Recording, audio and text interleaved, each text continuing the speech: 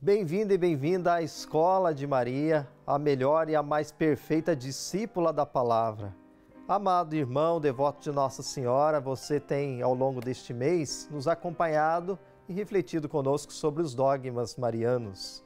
E com a ajuda do irmão Afonso Murad, esta semana nós estamos estudando, entendendo melhor sobre o dogma da maternidade divina. E nós queremos saber de você, irmão. Bem-vindo mais uma vez. Conte para nós a respeito do que antecede este dogma da maternidade divina, quais as discussões, que levaram a esta temática, a esta decisão sobre o dogma da maternidade de Nossa Senhora. Vamos lembrar que esse dogma, proclamado no Concílio de Éfeso, no ano 431, ele não era um dogma sobre Maria, é um dogma sobre Jesus. Porque o que estava em jogo nos primeiros séculos era quem é Jesus para nós? Como se liga a humanidade com a divindade de Jesus? E à medida que o cristianismo foi se enculturando em outros povos que tinham uma visão religiosa diferente dos judeus, foram aparecendo alguns problemas. Por exemplo, Ário tentou dar uma resposta: como é que Jesus podia ser ao mesmo tempo humano e divino? Aí ele pegou o elemento da cultura daquele tempo, que era o demiurgo, um tipo que estava entre Deus e o ser humano, que era meio um, meio outro, mas não era plenamente nem humano nem divino.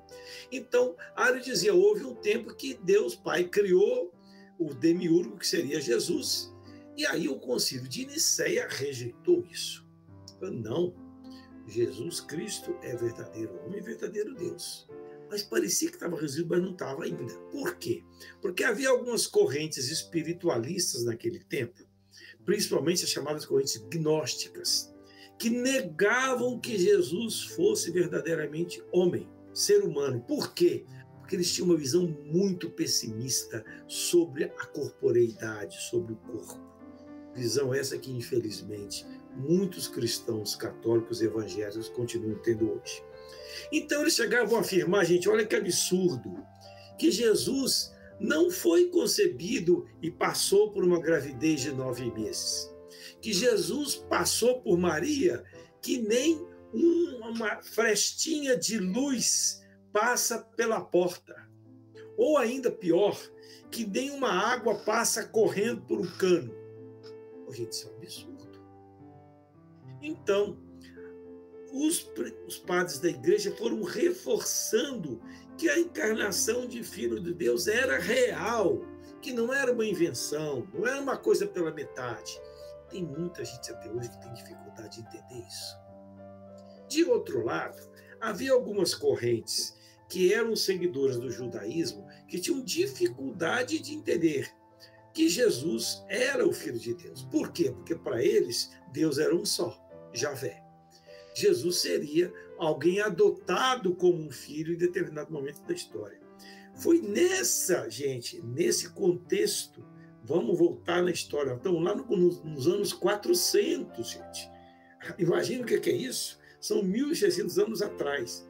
É que se coloca o tema da relação entre o humano e o divino em Jesus e o que significava a pessoa de Maria aí. Interessante, irmão. Acredito que fica bastante claro para nós, até porque acredito que também teve bastante influência do pensamento grego, Os gregos tinham também a ideia de semideus, Isso mesmo.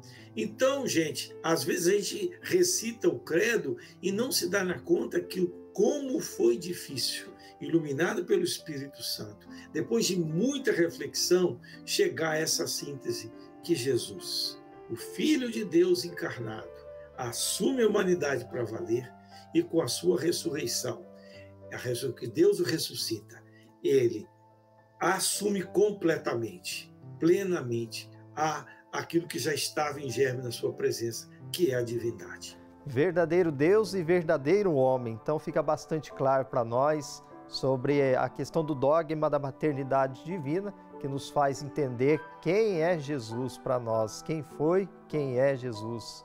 Obrigado, irmão Afonso Murad, e obrigado a você, devoto de Nossa Senhora, que está sempre ligadinho. Amanhã temos mais Escola de Maria.